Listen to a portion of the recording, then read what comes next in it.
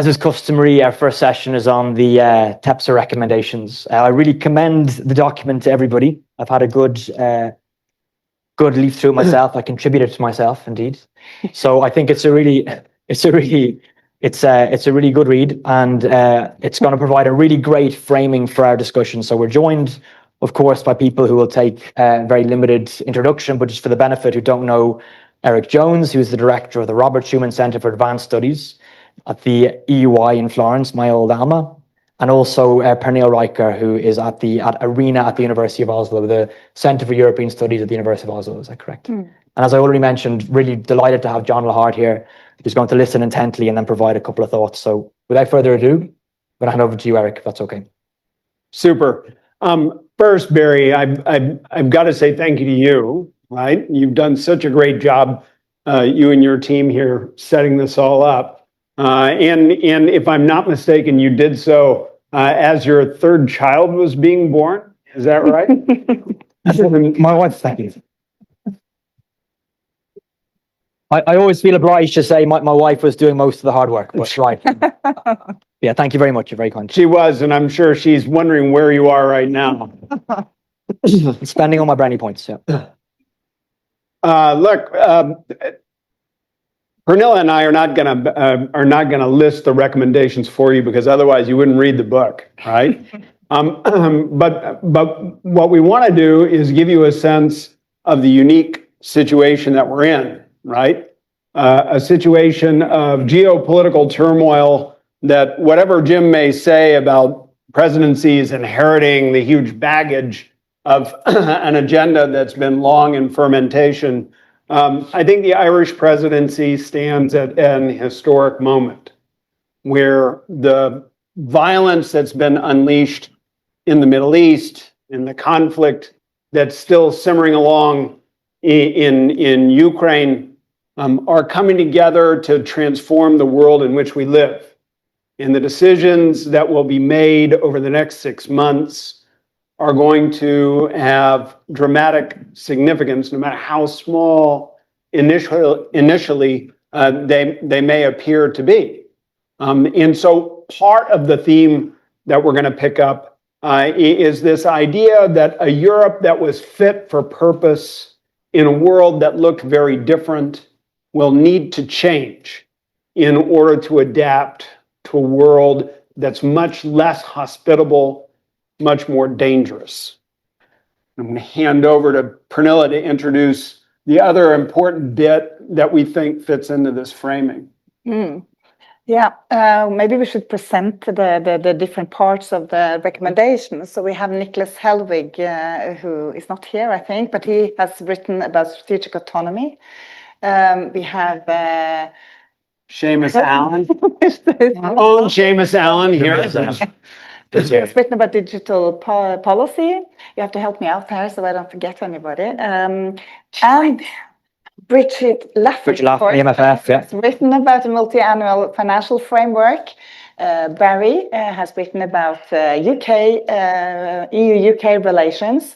And then we have the colleagues at Giselle and colleagues on enlargement. And that's it, isn't it? Yeah.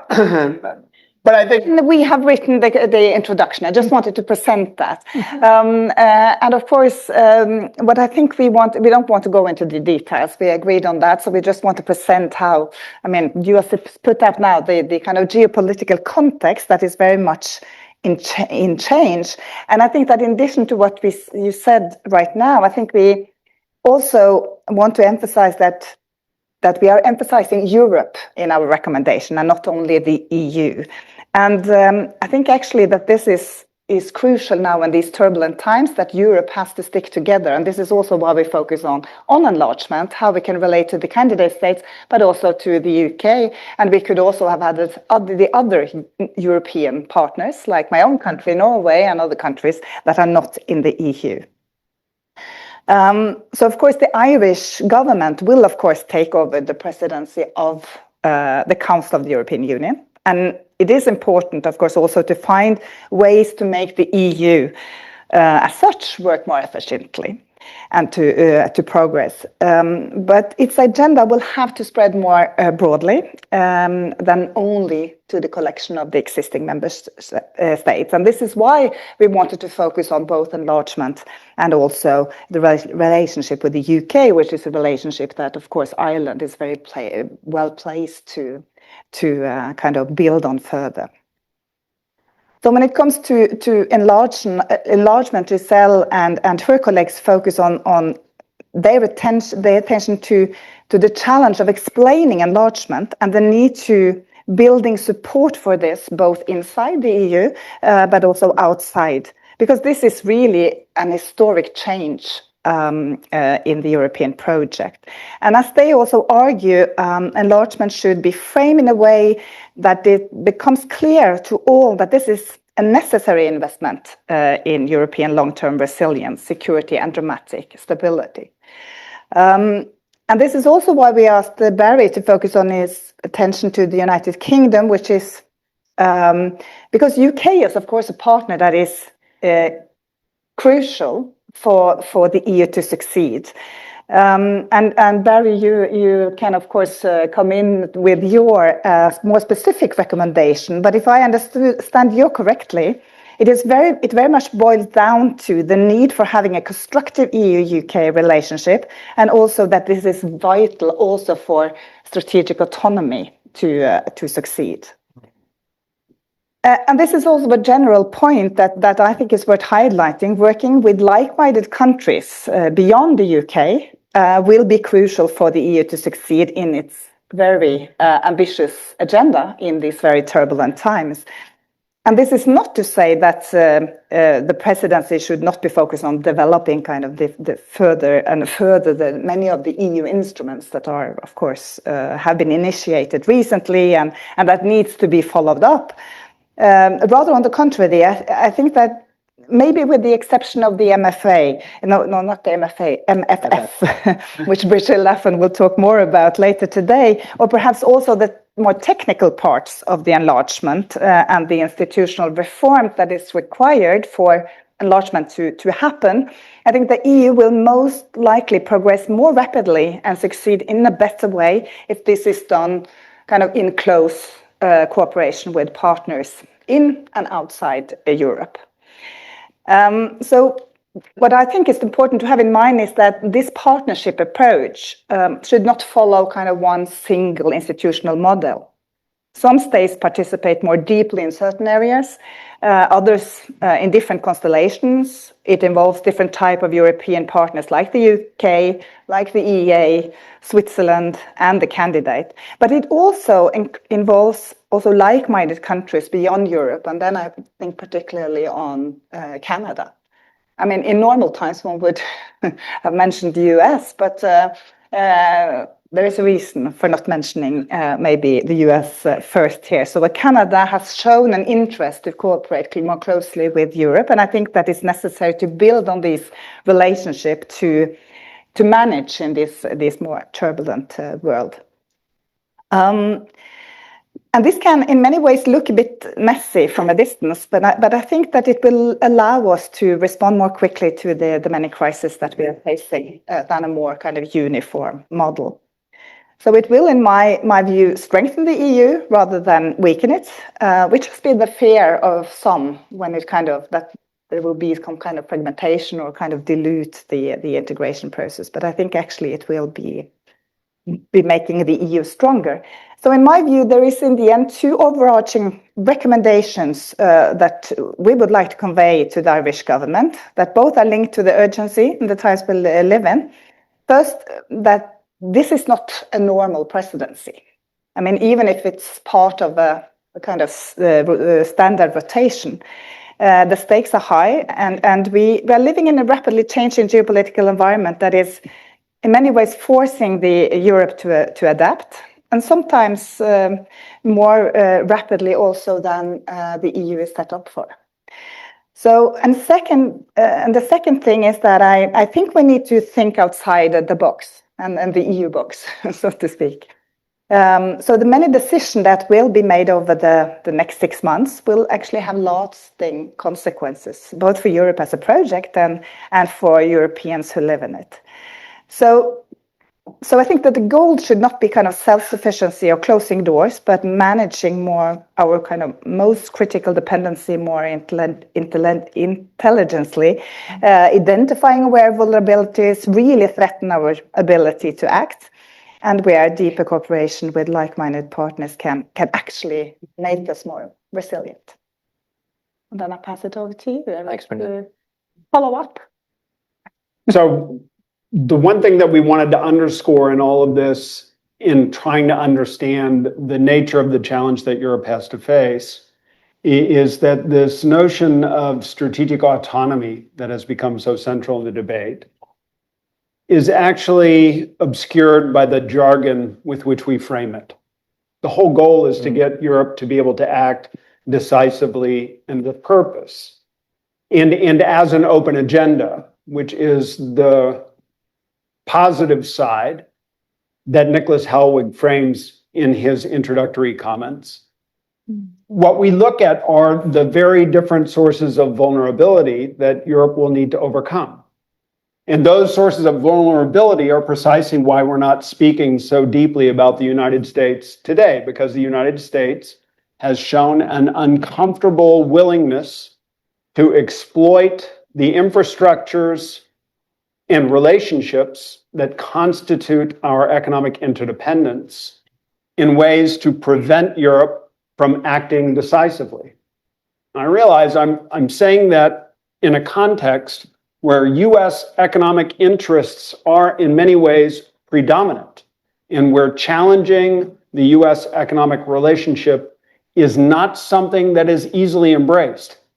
A lot of what Barry talked about in his biographical trajectory from the middle of the 1980s to today is explained by a very particular form of economic interdependence. The impact of the tax code on US multinational corporations is well understood. And yet it creates a situation of vulnerability that we cannot take for granted will not be exploited against Irish and European interests. And that is a major challenge that we have to face. And the difficulty is to respond to that challenge without doing what Pernille was talking about, without closing doors to the outside world. And that difficulty is compounded by the fact that other actors, notably Russia and China, are eager to exploit the other vulnerabilities that we create along the way. One relationship that is limited creates opportunities for another to form, and those relationships can be used against us. Now, in that context, forming a positive agenda for strategic autonomy, for empowering the European Union to act decisively and with purpose, is essentially entangled with these other partnerships that Pernille alludes to. It's also entangled with the most creative part of our economy.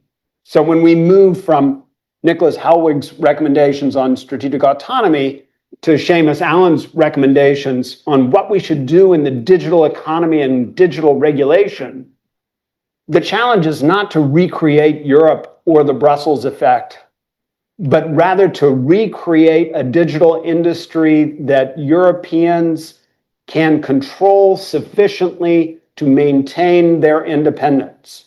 And when you look at that regulatory challenge and think about the possible adjustment consequences, the trade-offs that this will represent, the agenda is much more complicated than it seems at first glance.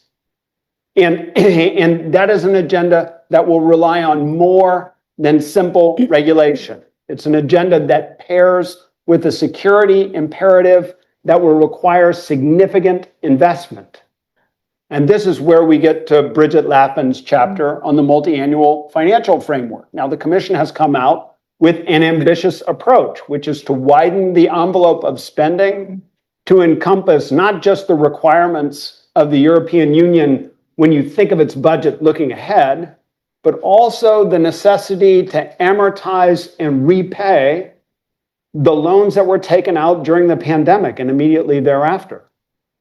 loans which must be serviced for the next 2 decades, and that will otherwise eat up the overhead in the budget and constrain expenditures that necessarily must be made. Now, the difficulty is, of course, that this has a bargaining dynamic, and this is the focus for Bridget's analysis, trying to understand how this budget can be framed in a way that maximizes autonomy and purpose rather than maximizing constraint. And that will require an enormous amount of diplomacy. This is not the first time the Irish presidency has found itself in this situation. It will require an enormous amount of diplomacy to ensure that what looks like a very ambitious proposal by the Commission does not get degraded in the negotiations that take place thereafter. And that instead, it is allowed to retain its shape and form so that we can go in a healthy manner into those enlargement conversations and into those conversations about fostering other relationships that are, at least for now, more trustworthy from a European perspective and more empowering than creating a sense of vulnerability per se. So this is the framing that we gave in this packet of recommendations, a framing that underlies a very ambitious agenda for the European project. I don't know if we've left anything out on your side of the ledger at this point. Now, maybe I can just add one thing that we actually do not touch upon in the recommendation, but I think that because I would like to address the challenge that actually Jim mentioned towards the end of his introduction. And that is the internal challenge in Europe, which I think is crucial. And this kind of, you can call it this anti-liberal trend that you see in many countries. And we had this positive experience in Hungary with the election there, and that is something that I think we should learn from, and that it's possible to turn things around. But we have elections coming up that could kind of make all of these main challenges to find solutions to them even more difficult. So I think that what Jim mentioned to focus on a narrative of Europe that in a more positive term, because we have a lot of challenges out there, but we also have to believe in the project, and the project as the EU, but also EU with partners, can be able to achieve quite a lot. And maybe we have to address this or kind of present it to the public that this is not something that will happen in 1 year, 2 years, 3 years. It is a long-term project, and we just have to go in the right direction so that we don't create expectation that this will be solved in kind of 1, 2 year or one presidency. This is, of course, a long-term challenge, and I think that is important for not people to not believe in the project. So I just wanted to end on that. Excellent. Yeah. Are you both happy with that? Yeah. What a fantastic introduction to the conference. So the rest of our panels are going to be rather specific, whereas we're putting Deputy Lahart in a difficult position here because we've spoken about everything from modern conflict around the world, the need to speak about a broader Europe and enlargement, security and defence, UK relations, digital policy, the MFF, strategic autonomy and more, which is basically the whole project, right? So I'd invite you, Deputy Lahart, if you, first of all, just to reiterate, thanks very much for being with us. If you'd like to say anything in the first instance about the presidency in general, what your hopes and fears are for it, and what it might mean to you. And then if you have anything you'd like to pick up from Erik and Pernille about what they've said, please do so. And then we'll go to the audience for their remarks. Deputy Lahart. Thank you. Most of you don't know me, so John Lahart is my name. I'm Fianna Fáil TD for Dublin South West in my 3rd term. I'm here probably because I chair the Foreign Affairs and Trade Committee of the House of the Oireachtas. I'm conscious not everybody can see you, and I've been given the august privilege to receive the proposals. I feel like Moses. I didn't write a speech or have a speech written. I said I'd do it on the hoof, which is always dangerous. I'm beginning to regret that now. But I came from my colleague, Deputy Barry Ward, as chair of the European Affairs Committee of the House of the Oireachtas, and we had Marta Koss before us, the Commissioner on Enlargement, who's coming to you tomorrow. Right. And there is a very talented, articulate, well-informed, very capable commissioner. And we had her for 2 hours this morning. Thursday morning in Dáil Éireann is busy, so there weren't as many members present. And what that allowed us to do was to enable the commissioner a lot of space and time to speak about enlargement, and it was fascinating. And I'm really interested because you've emphasised the enlargement piece quite a lot here, and so questions that were put to her, were concerns around from the Hungarian. What do we learn from the Hungary experience, where you have a bad apple in the barrel that creates havoc in the system? What have you learned? And I love Hungarians and have lots of Hungarian friends, but there's a lot to be learned from that. And all your chapters with all these accession states, how can you be sure that there isn't kind of fake advancement going on, or that you're not being codded, or that within the space of 10 years we're going to admit another 3 or 4 states that in a matter of time will turn out to be rogue members of the European Union? And her answers were very reassuring on that. Just I think in terms of the phenomenal amount of work that's being done in that space. But there were real concerns, we'll say, on the negative side. I was 9 when I heard my father sitting at the table saying, "I'm going to Europe with Jack." Jack Lynch was the Taoiseach Prime Minister at the time. In 1973, there are politicians here, far more august, who held far more senior positions, and lots of familiar faces who travelled that European journey. And I suppose what I'm struck by is the elite nature of the presence here. And I say that just in response to the neutrality piece. I understand why people outside Ireland just don't understand the neutrality piece. So, we're just over 100 years old as a state. And I think I used to be a psychotherapist, and I kind of bring things down to psychological reasoning sometimes. So I think for the first 100 years, we lived a charmed existence. We didn't have, now that doesn't mean we weren't poor or that life was very difficult and it was an agrarian society. We managed to avoid through some, we had a very good, robust constitution in 1937 when other countries were succumbing to fascism and right-wing extremism. We actually devised a constitution that has stood the test of time, that was very liberal, really, and forward-looking. But we never had to make big decisions. Neutrality was part of that, and maybe there was a little naivety about that, okay?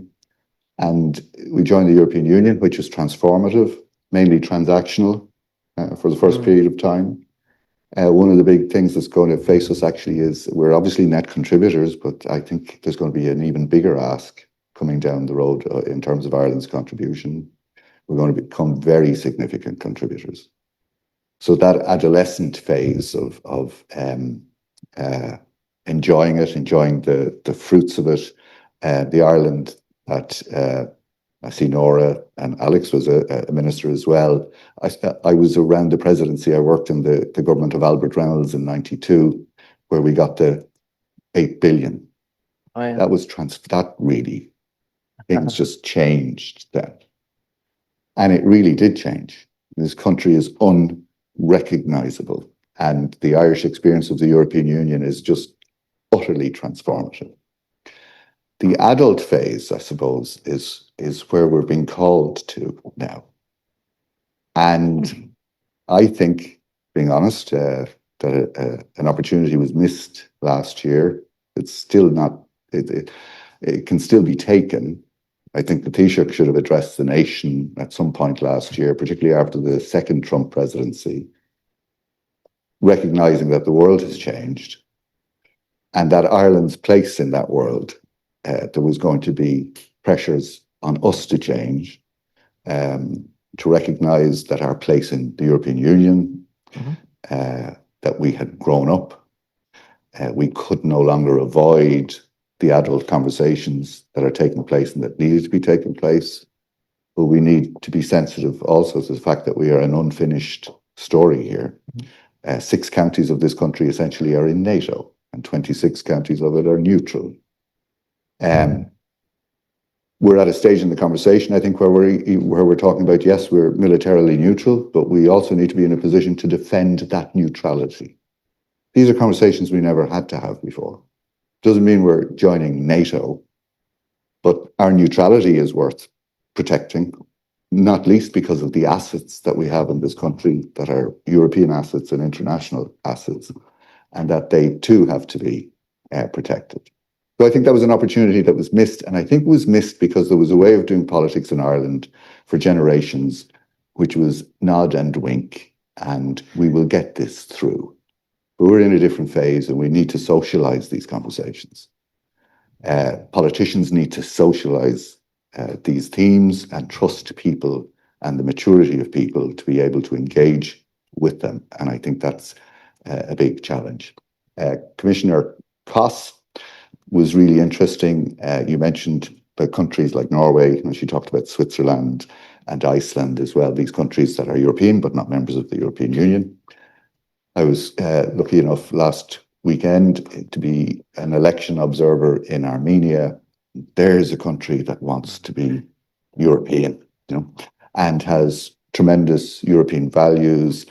The youth in the country see themselves as European. So it's very, very exciting being there. Were you in Armenia for the European elections? Oh, amazing. What an experience. Again, very interesting. I'm going to finish with this story just about geopolitics. Because Prime Minister Carney is coming, and there's a man who's able to address nations, and to pick an opportunity and kind of make a landmark speech or two. The Canadian ambassador, Dennis King, I met him again just in my role as chairman of the Foreign Affairs Committee, and as we were finishing off the conversation, we were talking about geography, and I was saying, how far away is Russia actually? And he said, from Canada. And he said, well, if you fly north, and he continued on. And I said, hold on a second, what do you mean if you fly north? And at that moment, I realized I was a flat earther. I've been looking at this. And he said, yeah, no, if you fly over the globe. And this is just so new to me. At 60 years of age, I just discovered, yes, you don't live on a flat surface. And he... because I've been fascinated by maps all my life, we've lived by the imperial map. Britain was the centre of the universe, and we were fortunate to be beside Britain. And I remember a cousin of mine who lived in Australia. I remember saying to him, "Where is the Australian map in a school atlas?" And he said, "Oh, well, Australia is always it's at the centre."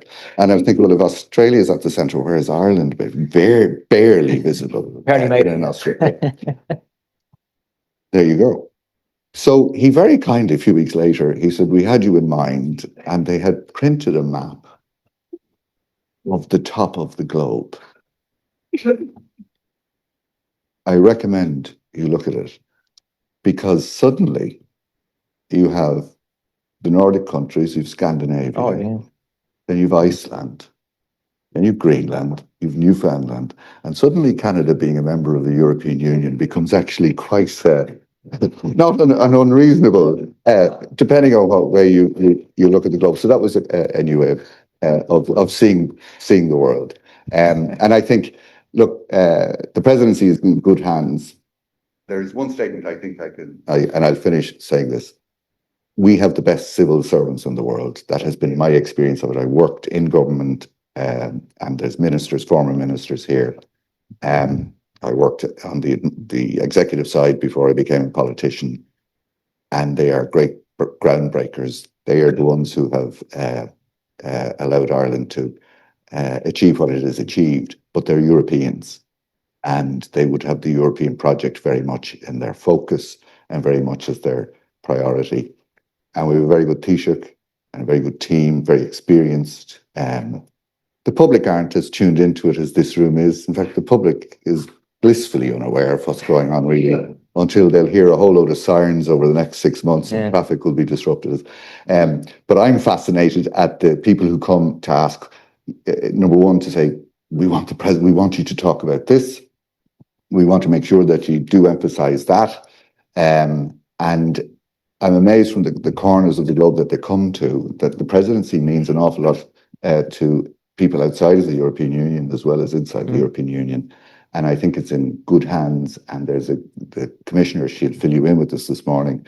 She seems to have an agenda of work for the Irish presidency to complete as well. And I think that will be very interesting. Thanks a million, Deputy.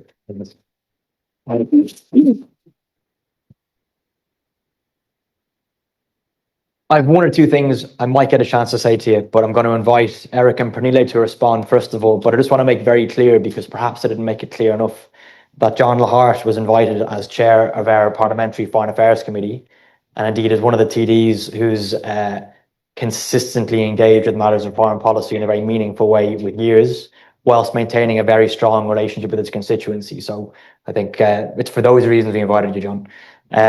Erik, you wanted to come in to respond to something that the deputy said. So, John, I want to respond to three different things, because I think the best thing that we could come away from this conversation with is a clearer framing of the issues we face. And you said three things I think that are incredibly important. One is that Ireland is neutral as a fundamental choice, but that means it has to be able to defend its neutrality.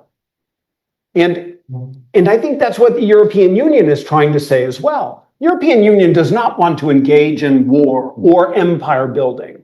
European Union wants to defend its right to set its own boundaries and to grow in its own way. I was reading a bar. You have all kinds of interesting quotes on bars in this country. And this was a Guinness quote that said, "No man should be allowed to set the boundaries on a nation." And that's the essence of what you're talking about. No one should be able to define Europe except Europeans. So Armenia, if it wants to be European, and the Europeans are willing to accept it, should be allowed to join. And the same for Ukraine. And supporting Ukraine is not engaging in war with Russia. Supporting Ukraine is defending Ukraine's right to define itself. I think that is the insight that I think we have to come away with. And alongside that, the question that we always ask is the European Union, like NATO, fit for the purpose of defense? That's the wrong question. The question is, can Europe defend itself without the assets of the European Union? When you ask the question that way, the answer is obvious. No. You cannot defend Europe without the assets of the European Union. So how do we make the European Union fit for purpose? And here I want to touch on that most important thing you talked about in the context of enlargement. The question in enlargement is always, how do we avoid another Hungary? And the answer is very much something that Jean-Jacques Rousseau told us a long time ago, talking about the government and constitution of Poland. He said, don't look at the institutional framework, because you can have the best constitution in the world, but if it doesn't capture the hearts and minds of the people who live within it, it doesn't matter. Ireland's constitution has stood the test of time. The US Constitution stood a much longer test, but it no longer seems to be capturing the hearts and minds of the people who stood within it. Hungary was top of the class in meeting the Copenhagen criteria in 2002 under a certain prime minister named Viktor Orban. And yet, at top of the class in institutional form, did not possess the hearts and the minds of the Hungarian people. Our enlargement process does not capture that. That distinction is so fundamental. And from that, I think we have to accept one last frame that will be very challenging to accept. But think about it this way. Article 49 does not require, that's the article of the Treaty on European Union that defines what it means to be a member state, does not require anything that's listed in the Copenhagen criteria. It does not. It has 4 requirements. You have to be European. You have to support the values in Article 2 of the treaty. You have to promote those values, and you have to apply for membership. And everything else is a bilateral negotiation between you and the existing member states. And when I listen to your story about Ireland starting in 1973, the question that I have is, did Ireland's transformation start or end when Ireland joined as a member state? Because it sounds a lot from your story like it started. And the evolution was dramatic after that. So why do we ever pretend that membership should only come at the end of some dramatic transformation process. Why would we want that and insist on that as the measure of merit? Shouldn't you be allowed to grow after you become a member state and transform, particularly when you recognize it's a multi-generational process? There's some basic, yeah. Some basic requirements, but we're not sure we're capturing them in any of the indicators that we can measure. So I'm very grateful for your comments, because I think they help us to reimagine Europe at a time when it desperately needs to be reconsidered, when these assumptions that we bring to the table must be challenged if we're going to push this conversation ahead. Sorry, Thanks, I Erik. got a little dramatic on that. No, it's extremely welcome. We're just warming up. Pernille, would you like to say anything? I want to follow up on that, because I have a Horizon project on enlargement. So when you started talking about enlargement, then I want to chip in. And I think that one challenge for the European Union is especially the way of promoting democracy in candidate states. So the process of enlargement, which has democracy promotion as its core, has become a bit too technical.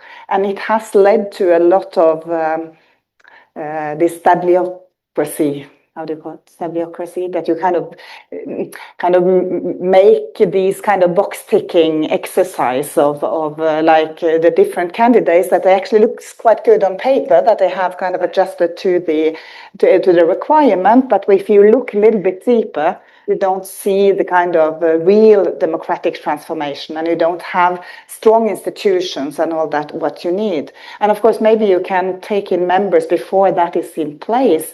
But I think what is important is that you build this kind of democracy promotion not only with the convinced urban elites in the capitals of the different candidate states, because it's very different if you go to the capitals and talk to those who are more or less already convinced about the democratic values of the EU, but the rest of the country needs to understand why is Europe the way to go, and what kind of values does it stand for? Why do we have to do these reforms? And I think this is a much more challenging project that I think that you need to be engaged in order to kind of have these countries coming in maybe before they have kind of fully stable democracies, but that they will continue that path, and that you have the population believing in it. And I think that is, you need to have some kind of shift in the instruments and maybe the project that the EU fund in order to promote democracy and to prepare these countries for future membership. And if I may, Commissioner Koss was very interesting on this, because she laid out what's in front of everybody, I think, already, is that there are a number of layers of relationships within the European Union and within Europe as it is. So Norway enjoys a very strong, economic relation. Not full, clearly, it's not full member. There are countries within the European Union who aren't members of the euro. There's the Schengen countries. So actually, there are. She was suggesting there are models there that could be used to protect the greater project during enlargement. That we're not talking about, if I understood her correctly, we're not talking about 2-speed or 3-speed, but our levels of our first division or second division. But there's an appropriateness to measure our membership. This country is ready for this piece. It's not ready for maybe the euro. There are, if you look at the relationship, for example, of a country like Norway, it's hard to see what is not European Union about it. At first glance. So there are ways. I think I came away from the conversation kind of feeling very confident that it comes back to the first speaker's point about values might sometimes connote naivete, softness, and that maybe we need to be. You use the word nasty. I'd say maybe more robust to make sure. Your point is really valuable, that every country that comes in ought to be allowed to grow, and you shouldn't be in a state of grace joining the European Union. There should always be potential. And I think Ireland is a real example of that. Poor, backward, in many, many ways, insular. You couldn't have gotten a more insular country, really, in many ways. and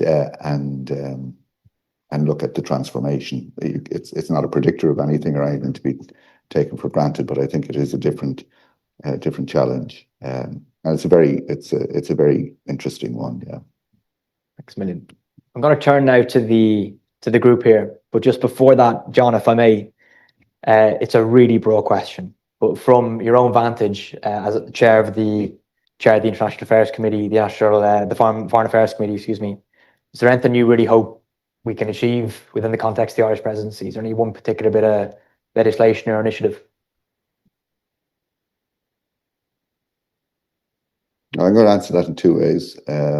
With two answers. One, I think the indication this morning from the Taoiseach about child protection is really interesting. Very necessary, and I think it's very innovative. We know the competitiveness piece and the values and the security, and that kind of feeds into that's a huge issue, and it's one I think that would be very binding for all the moms and dads, whether you're Polish or Irish or French or whatever. It's an issue that can speak to everybody. I wish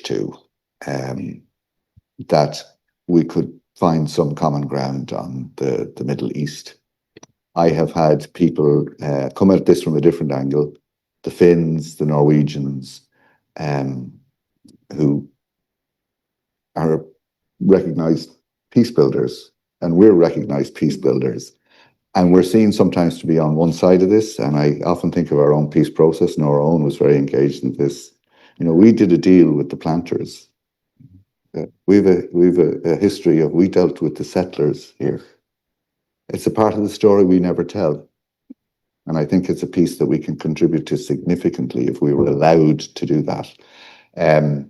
I don't hold out. There's huge disproportionate pressure, on the Irish government in this space, in my view.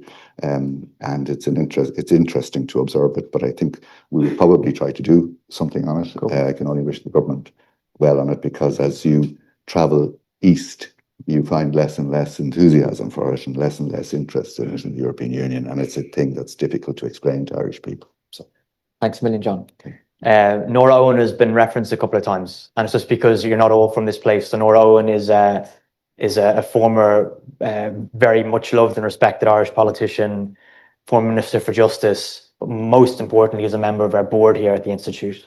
So Nora's sitting up here in the front. She was mentioned a couple of times just for the guests.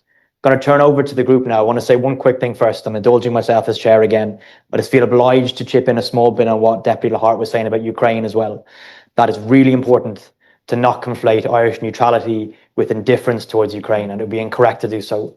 That of the European countries, Ireland is a stalwart supporter of Ukraine within our own constraints provided by our neutrality, in terms of money, in terms of training, in terms of refuge, and in terms of political support for Ukrainian enlargement. So I just wanted to tack that on at the end.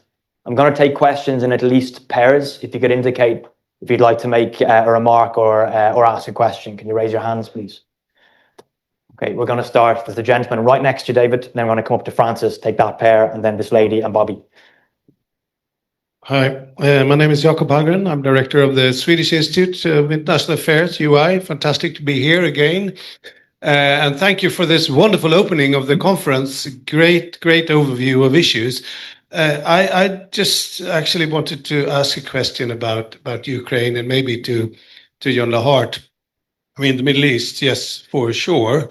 Now, the future of the outcome of the conflict in Ukraine is arguably existential to Europe, and the enlargement you touched upon. You spoke about some of the other countries. Now, Marta Kos is coming. The cluster negotiations are, as I understand, opening next week. So my question would be, that is tricky, but how would Ireland try to push the Ukrainian and also the Moldovan enlargement? That would be my question. Thank you. Fantastic. And exactly as you did, it was a risk of me not to mention it. We're coming to Francis here, David. If you could just introduce yourselves for the rest of the group. And I thought you had your hand up. Sorry, Bobby. Excuse me. I thought you both had. Just here, look. And also, so Bobby, if you introduce yourself, and also if you're aiming at one of the questioners, please, or one of the participants, please let us know. Sure, thanks, Barry. Bobby McDonough, former Irish Permanent Representative to the European Union. I'd like to make one quick point and ask one quick question. My point is simply to take up Erik's quotation that he applied, that was originally about Ireland, but that he applied to Europe, because it's a really good one, and it's written on a statue that's about 150 metres here, the statue of Charles Stuart Parnell, and it was, "No man has the right to set a boundary to the march of a nation. No man has the right to say, thus far shalt thou go and no further." So I think we could apply that to Europe. My question is to ask John in particular, do you think that you could use your knowledge of psychotherapy during the Irish presidency, particularly to deal with Trump and Putin, but also how do all the panelists think that psychology will be an important part of the Irish presidency in dealing with our partners? For example, how we could use psychology to get the ambitious outcome we need on the multinational financial framework, multi-annual financial framework. So Dave will hold on to the mic, and then Deputy Lahart, if you'd like to go first, and I'll invite the Erik and Pernille then. Well, so that was a provocative question about and I should clarify, don't misinterpret, using an opportunity to highlight something like the Middle East as meaning that you can't hold a similar and equal concern and regard about the invasion of Ukraine by Russia. That's a problem we have these days, is the inability for people to allow you hold two opinions, at the same time, and it is a real issue. So on the subject of a few opinions at the same time, because I hear this as chair of the Foreign Affairs Committee, I hear concern about Ukrainian accession, okay? But I also hear the fact that Ukraine militarily is now indispensable to the European Union. So they're two sides of the same kind of argument. Commissioner Koss will give you far more detail about it tomorrow, but I suspect that she will be placing quite a large agenda on that accession piece alone with the Irish presidency. There are things that have to be advanced. The impression I get is that there won't be any fast tracking in terms of accession. There are chapters that have to be fulfilled. There's a lot of other stuff that's way above my pay grade. But we had a good conversation this morning in the committee, I think, socializing some of those concerns. And I hear it from different diplomatic quarters. There isn't this universal excitement about accession of Ukraine, may as well say it here. And then there is a recognition that European Union needs Ukraine, and all the rest that you know about too. So there's a wide conversation to have there. The Moldovan piece came up as well, about it being kind of trying to decouple it from the why is Moldova put in with Ukraine, and another piece about Montenegro, etc. So I think the accession piece, I'm not going to say something just for the sake of saying it. I think if you all manage to be here tomorrow, you're going to have a very interesting conversation with the Commissioner, and a very rich one as well, John. very informative. Pernille, I should go to you first, actually. Would you like to respond to either of the questions? That's, I would like to Bridget to respond to that question with the psychology, and or maybe you will start. Psychology and MFF. I'm not so sure that I have a good enough. I think this is why we're so interested in framing effects, right? Because the best way we can shift somebody's psychological position is to reframe an issue so that it challenges the way they think about it. And one other frame to put, I was teaching Ukrainian students on Monday. We have an invisible university where we connect with students across Ukraine.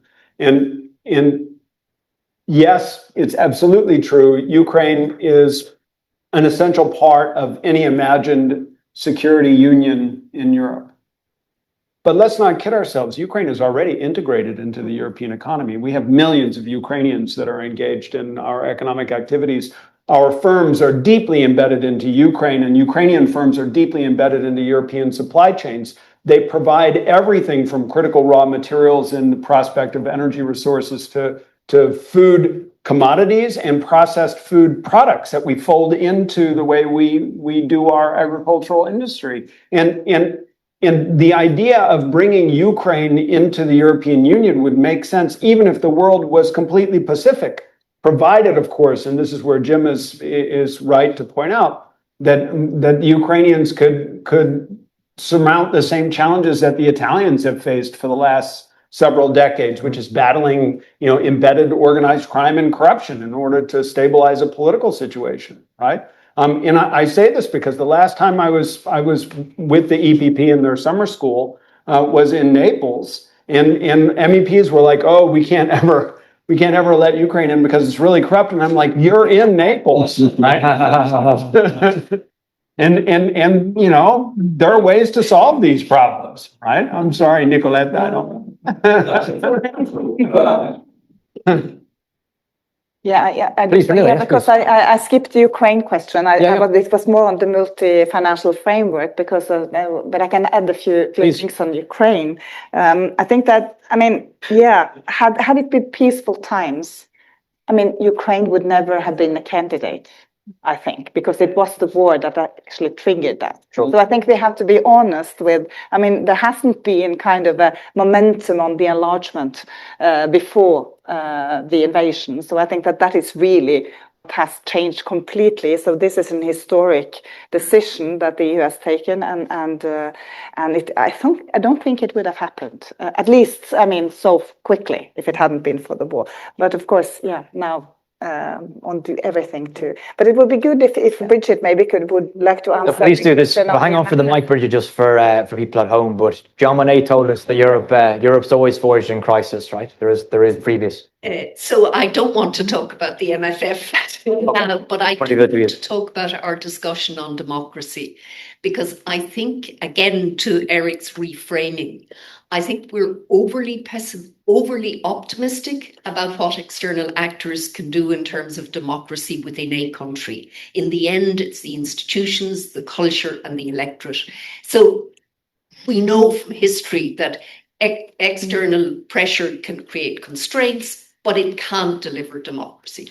On the other hand, and this is the really important insight from Orbán and Hungary, it is that fundamentally, if you are a NATO and EU member state, and particularly an EU member state, you will not become a closed authoritarian system.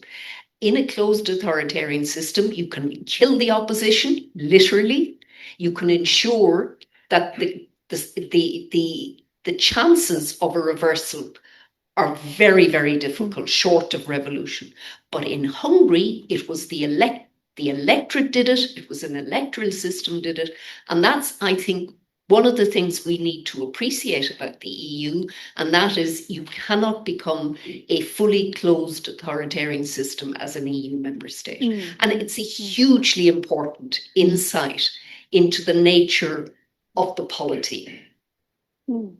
That is the EU. That's just, I don't expect the EU to guarantee democratic practices at all times, but there's always the possibility with EU membership, and I would add NATO membership, that you can't close down the opposition entirely. You can make life hell, but you can't close it down.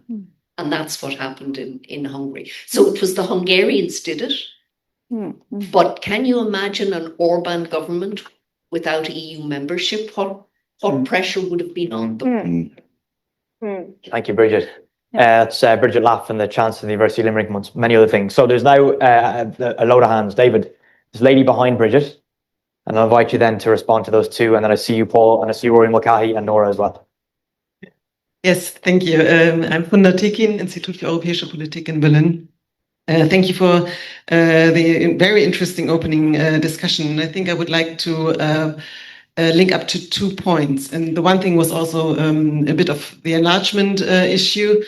And we have Marta Kroes coming, we have an entire panel on the enlargement issue. And I think also with regards to, how much of reversed enlargement can we actually do? I think we can discuss with Marta Kroes, but I think it really boils down to the question of how to measure Article 2 compliance and what do you need to provide for that. But I wanted to touch upon another issue, because in the recommendations, you were really taking the interesting take on looking at the public opinion.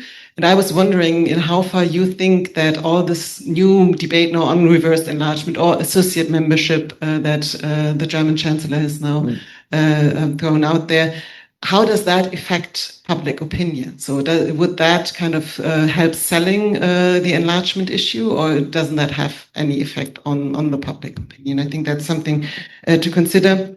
And then another thing I wanted to ask, and that is maybe a bit more to the Irish presidency, because I was also very happy that Pernille, you were then also pointing out to the internal challenges, and also Jim mentioning to it. And I think of course, we do need a new narrative. I think that would help, but we don't have time, I'm afraid, to really, wait till we have the new narrative to maybe change things and get things done. And this, of course, and Pernille, you were referring to it, the elections are coming up. I mean, Sweden is already having elections this year. Next year, it's Spain, it's Poland, it's France, wherever. So I think the Irish presidency has the huge task to get a couple of things done. The MFF is one of them. But what are your plans with regards to potential institutional reforms? Because now also Hungary is more on the pro-European side. So do you see any chance for, I mean, not treaty change, but any passerelle clauses or whatsoever in order to also get more, the decision-making machinery more smoothly operating? Quite a lot there. Thank you very much. Good to see you again. Is that directed at any specific panelists? The first one for the recommendation. Yeah. Good to John. Okay, so should we go from Erik and along the platform then? So, Funda, thanks for giving me the opportunity to pitch CitySense, which is a Horizon Europe project that TEPSA originated and that we recently won to try to understand better the way citizens perceive enlargement, both in the European Union and in existing member states, with the hope that by understanding their perceptions, we can better shape communications to bring them on board. I think the only thing I could say at this stage, and this would be citing Giselle's great work in the recommendations, is that we remain convinced that if we do not bring the citizens on board for this enlargement, it's not going to work. And I think that is the fundamental insight that has to be at the center of the debate. It's not just about institutions and procedure. It's about political mobilization and not just political opinion or public opinion. Do you think Bridget was correct about authoritarian regimes within the EU? Oh, no, I think Bridget's absolutely correct, but on many other things than just that, right?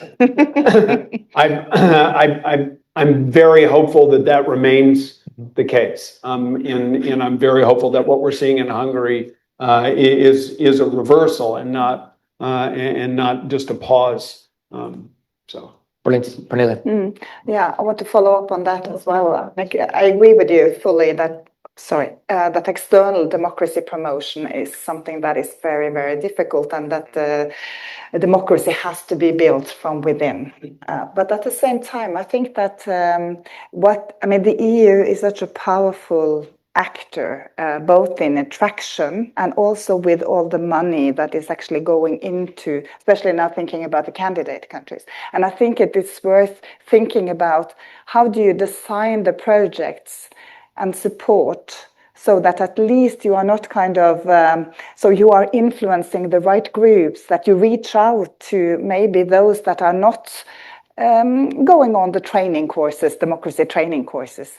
Normally those who have, because that is one of many different projects that the EU is funding, but I think there is a tendency to have convincing a small group in these countries. And if you want to kind of build or be convincing on democracy promotion, you have to reach out to the whole country, and that's what we find in our project that we are studying now, doing service in 6 candidate countries, that many of the EU projects that are used in these countries specifically to strengthen democracy are not really channeled maybe in the places that you really need to kind of convey the message. So that is one of the things. But apart from that, I fully agree with you. I also agree with you that the EU has to be much tougher with the member states, that they live up to the kind of the criteria that you expect the candidate states to.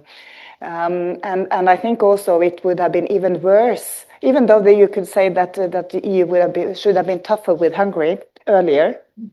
I think that it would have been even worse if it wouldn't be for the EU. So, and that is also some comfort in that when you see these other elections coming up, and I think particularly of the French presidential election next year, because that will, of course, that will be interesting. So that is. Okay, and also for bringing citizens on board when it comes to enlargement, I think that, and then I will come back to what I said about changing the narrative. I think that we need to talk about enlargement in a different way, and the importance of enlargement not only for these countries, but actually for Europe and European strategic autonomy.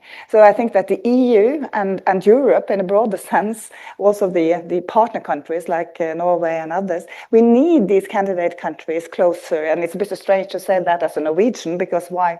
I mean, Norway, the Norwegian government promotes EU enlargement, which is not really convincing. And you say that, well, we don't want to join, but you should. So it's a bit strange, but still, we are fully supportive of all these countries becoming member, and hopefully Norway will also join at some point. But Please, John. And I'll answer your two specific questions presently. It's funny that you say that, because I was talking the Finns. This would be really interesting to an Irish audience. The government that made the decision to bring Finland into NATO was made up of, Social Democrats, Greens, and Labour, I think, and that would be anathema in this country right now. And yet, I think it would be useful to be able to kind of, to refer to it that. These conversations were had in other countries by necessity. There was a Swiss parliamentary delegation came to visit us last year, I remember, and it was around this time last year, and they sat over in Leinster House, and they were saying, how do we, this is on the psychological piece, Bobby, they had gone to the White House, and they had gone as Switzerland. And I thought, God, I mean, you can't get a better brand than the Swiss, but they'd gone by themselves. And they said, we never felt as isolated or as in need to be part of a larger grouping. And I thought, well, that was fascinating.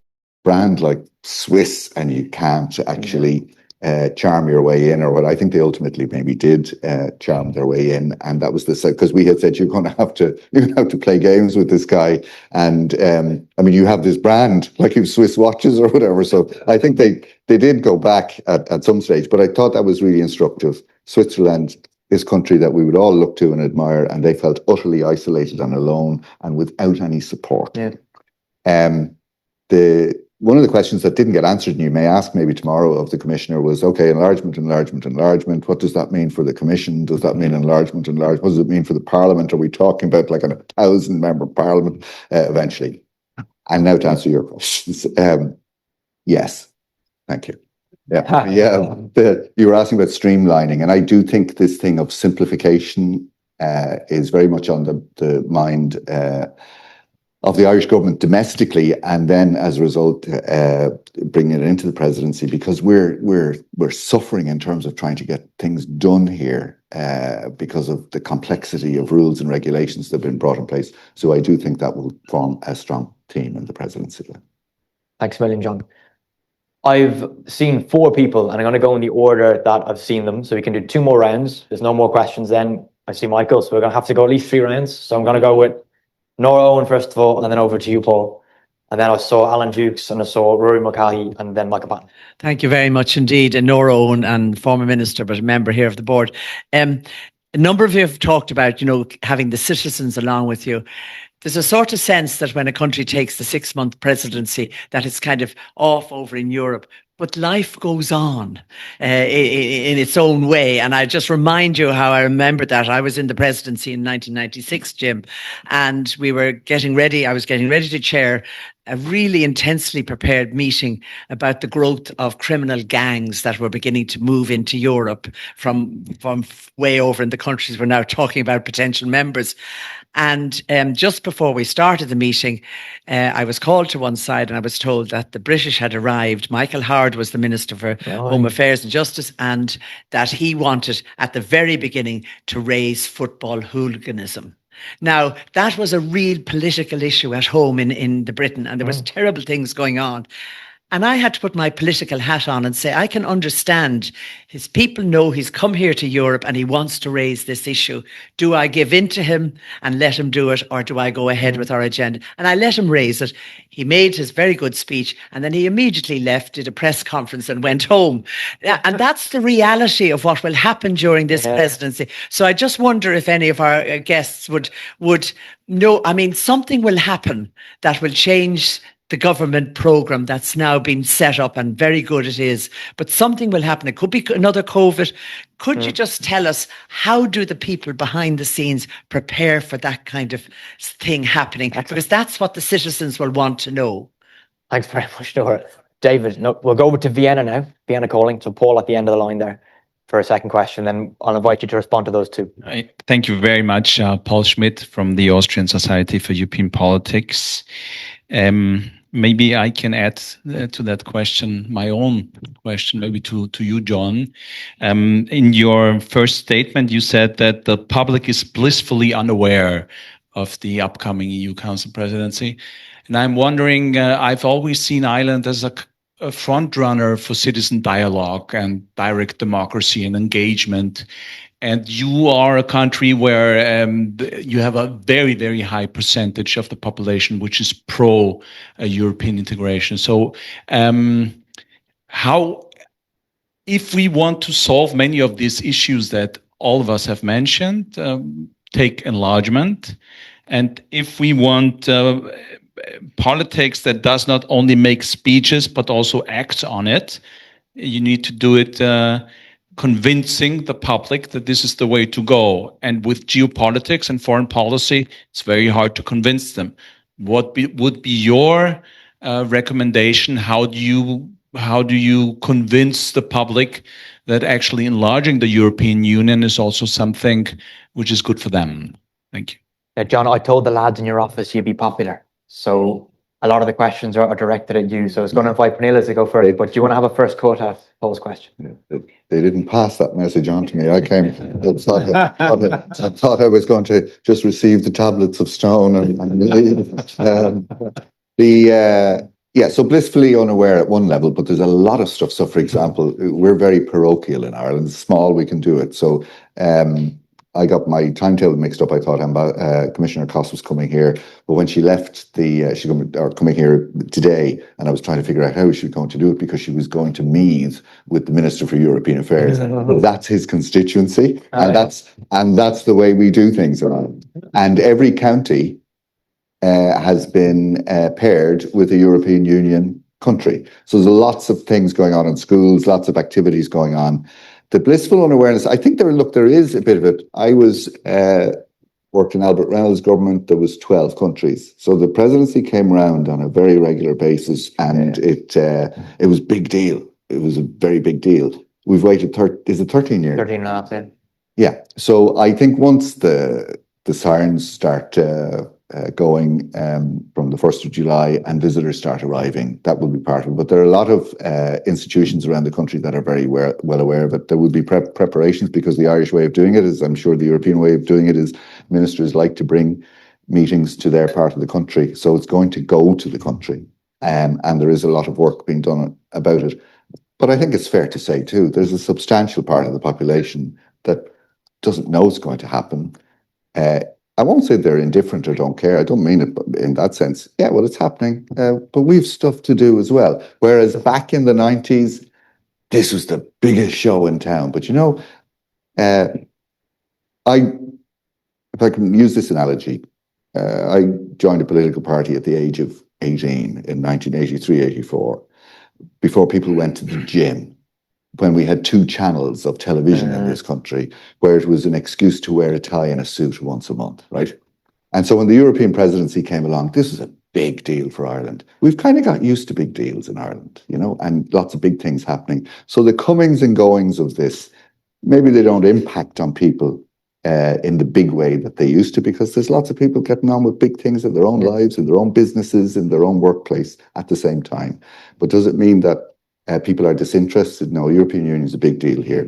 World Cup, of course, is starting as well around the same time, so there'll be kind of competing things. But the news will be full of it. It will be carried. It's already been carried. Commissioner Coss was on primetime radio this morning, and all my colleagues heard her actually, and it kind of contributed to a bit of the debate that we had today as well.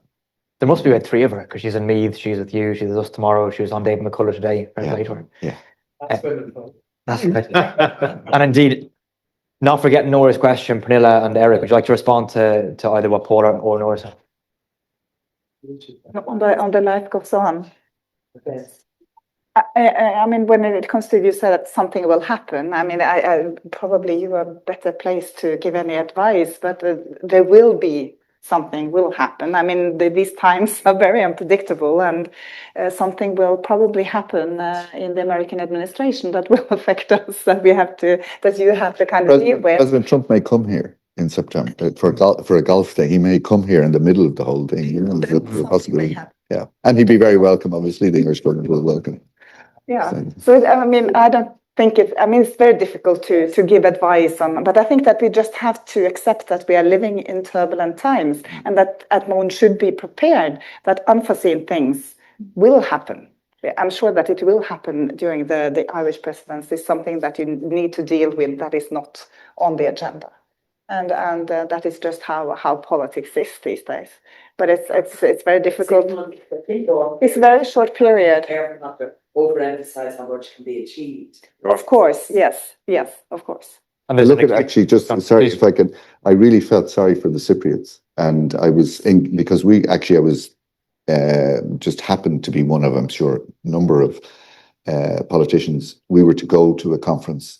The day there was a little bit of activity on the RAF airbase, and so our trip was cancelled. And I suspect an awful lot of the work of the Cypriot presidency, I really felt that in the early parts of it, a lot of it was for nothing. I'm sure they caught up with it, but so there's your event, and it's kind of impossible to. I hope the hybrid stuff and all of that kind of stuff. Nora, I think there are. I think. Government has said that it is confident that it is in a position to withstand that kind of stuff. Yeah, but that's a really interesting question. Indeed, Erik, do you want to respond to either? You can pass. They're obviously linked. Mm-hmm. I mean, I looked at the terrible events in Belfast over the last few days, and the problem is not that they're unaware of Europe; it's that their awareness will be activated by one thing, and that will get glued to Europe. And immigration is an issue that could be glued to Europe in a very unproductive way. I'm also quite worried about terrorism, because that is the shoe that has not dropped in this conflict in the Middle East. Mm-hmm. And I hope it never does. Sobering. So, David, there's Rory Mulcahy here just in the archway, and then over to Alan Dukes. Then afterwards, I have Michael Patton. That'll be the last cut if anyone else wants to come in. Thank you so much, guys, for such an interesting start to the conference. I'm Rory Mulcahy. I'm a member of the Young Professional Network here at the Institute, but I'm also currently unaffiliated otherwise. We've talked about values, strategic autonomy and enlargement. And I was just wondering, do we have a trade-off here between interests and values? I look at, say, in our candidate countries, when we're looking at enlargement, I look at Serbia, the Jadar mining project. They're saying it could supply between 17 and 25% of Europe's lithium needs. But there's also, significant opposition within Serbia, civil society groups and local people who are worried about the effect that it's going to have on agriculture in the Jadar Valley. So do we have a trade-off? And if so, how do we try to reconcile interests and values? Thank you very much. Question. Very good, Rory. Thank you. And then we have Alan Dukes here. Or Minister for Finance, Leader of the Opposition. The other door. Look at that now. Thank you. And Alan Dukes, a former Director General here and former Minister for various things. I'm wondering how we get governments to approach these issues with the kind of vision that the panel have shown. Because I think this has been a much more values-laden discussion so far than we normally hear when we talk about the upcoming presidency. Quite apart from the geopolitical situation we were in, and we're facing a continuation of a period of disruption. Bridget will talk about the multi-annual financial framework.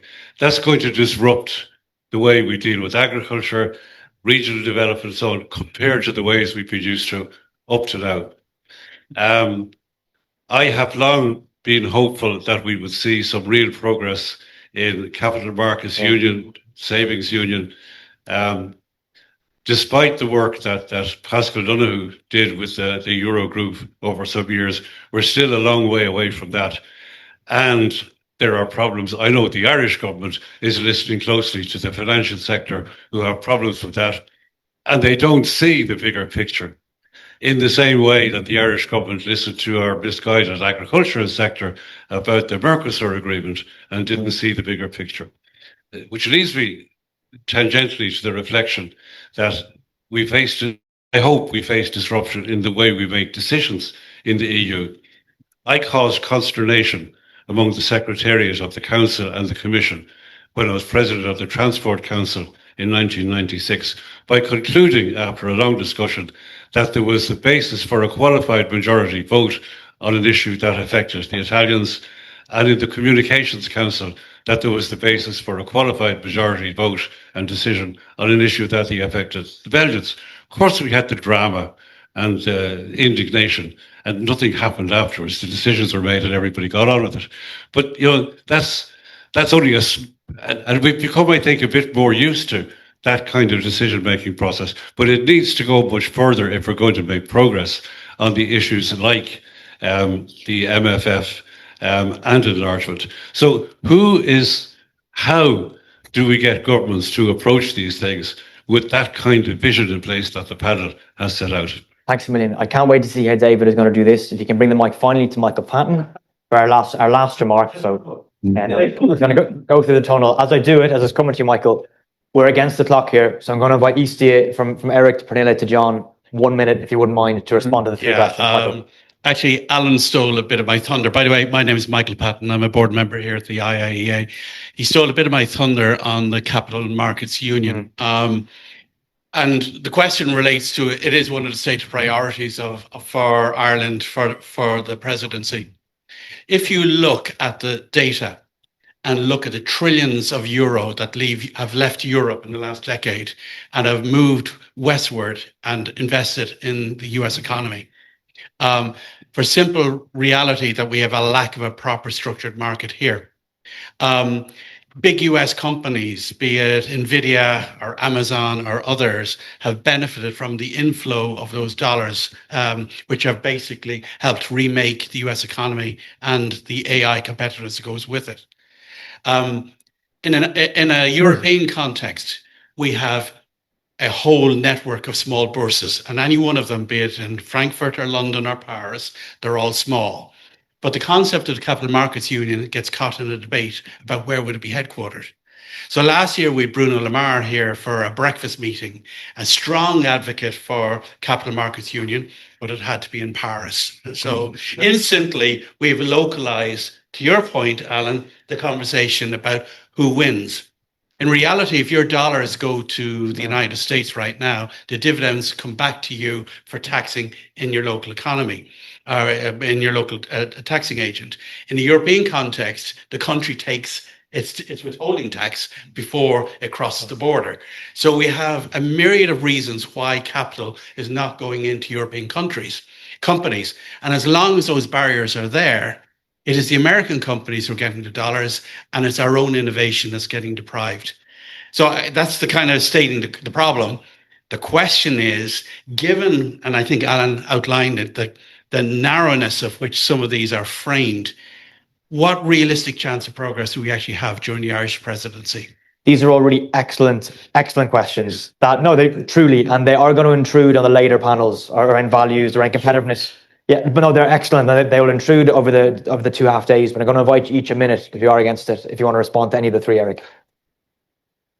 So 2 things really quickly. First, Rory, you're absolutely right about values and interests. But I think the thing we need to remember in all these debates is that lots of people all over the world have European values, or values that look like the values we hold in Europe, right? And so it's not values that define Europe in an odd sort of way. It's also not interests. Everybody's interested in the same thing. But what defines Europe is the willingness to participate. That's what we have to activate. We have to get people to want to do it. And Alan, to your point, that's where vision comes in. Vision is how you coordinate lots of different small decisions into an overarching frame of reference. You think about Capital Markets Union. Capital Markets Union is about 250 to 300 pieces of legislation that we need to pass across 28 different jurisdictions. How do we get that all to make sense? We have to define a vision that helps people to understand why it has to be the way it is. Because as soon as that vision dissipates, what happens is the special interests come in and they unpick each of these little decisions. And suddenly what looks like a very integrated marketplace no longer is. We had a very integrated European capital space, despite our lack of progress for many decades. We had a very integrated European capital space and we lost it. And we can't get it back again because we don't have a strong enough vision or the willingness of different participants to participate in that project effectively. Pernille? I would just subscribe to that. I think just to this interest and values, I think this is not either or. It's something that you have to combine. But in a more uncertain world, you just cannot just be like the EU was earlier, more of a normative project, kind of promoting values. You also have to kind of protect your interests, and I think that has to do with also protecting the way of life and protecting the values. So I think that, but of course there are some dilemmas that we will have to deal with, and that is a bit uncomfortable, I think, for the EU. The EU is not set up to be this kind of geopolitical actor to kind of defending its interests, but I think this is kind of unavoidable now. So it's just striking the right balance. And when it comes to visions, I think we need to be more visionary. The politicians, this is what we lack a bit in Norway as well. It's like they said that when it comes to EU membership, you need to talk about the EU in a different way, talk about the EU as a kind of something, have more visions about what the EU is all about. And it often goes down to these very small problems that you need to solve from time to time. And that I think that is everywhere, also in the EU. So I think that changing the narrative, we have time to change the narrative. I think we have to change the narrative rather quickly. Of course, we have to do all the decisions that kind of leads to strategic autonomy in order to kind of achieve what we want to achieve. But we also have to talk about it in a different way and to be more kind of to say that if we do these things now, then we will have a result in the end. And I think there is so much talk about all the challenges and not these kind of more long-term visions. So, yeah. Thanks, Pernille. Final word to you, John. I think political currency, when you apply it to a politician, tends not to last very long, but when it's there, it's potent. And I do think of Prime Minister Carney, and I hope it doesn't all end in tears, because I think he's quite nobody's perfect, but actually he does make these landmark statements. So when you can have a vision, but if you're not articulating it to people, so that's leadership. Classic one is about Mercosur, which Alan raised. We got a briefing because it's the Foreign Affairs and Trade Committee a year ago. I'm not from the farming community, I don't represent the farming community, but there were farmers, public representatives who do present at the meeting. And I remember one takeaway I had from that was that Mercosur, and this is at a time when, trade with the US, it was all in convulsions, and now we were looking at, my God, a 40 million, 50 million market that no one else was exploiting. And we were talking about like the beef piece of it was going to be 5 ounces of additional beef per citizen of the European Union per year. It wasn't even a quarter pounder. Nobody, but that's the laughing is true. Nobody led on this here. Okay, so that's the leadership piece. You can have all the visions you like, but if you're not telling people about your visions, if you're not taking the risk to say this is my vision, right? And the point about values and interests, I'll finish on, because I think this is, to go back where I started when I was talking about Ireland being kind of at the infancy and in a childhood phase following independence and then adolescence and the adulthood piece, because we were full of values. And now we do talk about our interests. And I suppose one way I look at it is that you can't pay for the things that you value if you don't look after your interests. But I would also say, conclude on this. Some of the lobbying that comes before us in the Foreign Affairs and Trade Committee, it's not the sexiest thing in the world. But the increase in defence spending across Europe, which is necessary, has come at the expense, except in countries like Ireland and Sweden, of overseas development aid. And that is going to inevitably involve the loss of influence and exposes and loss of influence. And we may see it's just going to be circular, more migration because of loss of, so it's short-sighted, and we've been very big in it, and it has been one of the pillars of the European Union. And I think that's a note I will finish on, that that's a value that shouldn't be, because it's actually very connected to our interest. Thanks, John. My God, what a start. Thank you. Michael Patton, we'll come back to the Capital Markets Union competitiveness, right? Thank you, everybody.